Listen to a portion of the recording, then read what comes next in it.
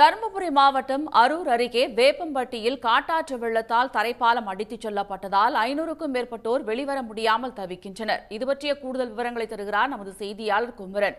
குமரன், தற்போது அந்த பகுதியில் எத்தனை வீடுகள் பாதிக்கப்பட்டிருக்கிறது? மக்கள் என்ன மாதிரியான சிரமங்களை சந்தித்து வருகின்றனர்?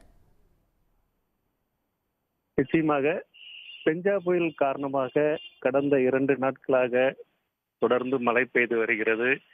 இந்த நிலையில் தருமபுரி மாவட்டம் அரூர் அருகே உள்ள மாம்பாடி கிராமத்தில் காட்டாற்று வெள்ளம் வந்ததால் மாம்பாடி கிராமத்துக்கும் பூதிநத்த கிராமத்திற்கும் செல்லும் சாலை தரைப்பாலம் உள்ளதால் இந்த வெள்ளத்தில் அடித்து செல்லப்பட்டது.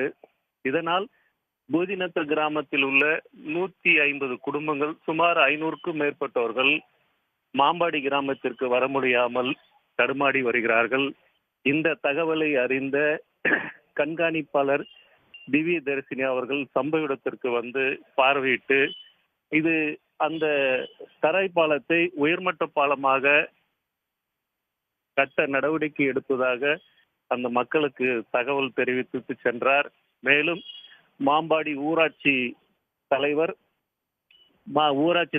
முன்னிலையில் வந்து அந்த கிராம மக்கள் உடைந்த தரைப்பாலத்தை மண் மூட்டைகளால் அடுக்கி அந்த மேம்பாலத்தை சரி செய்யும் பணியில் ஈடுபட்டு வருகிறார்கள்.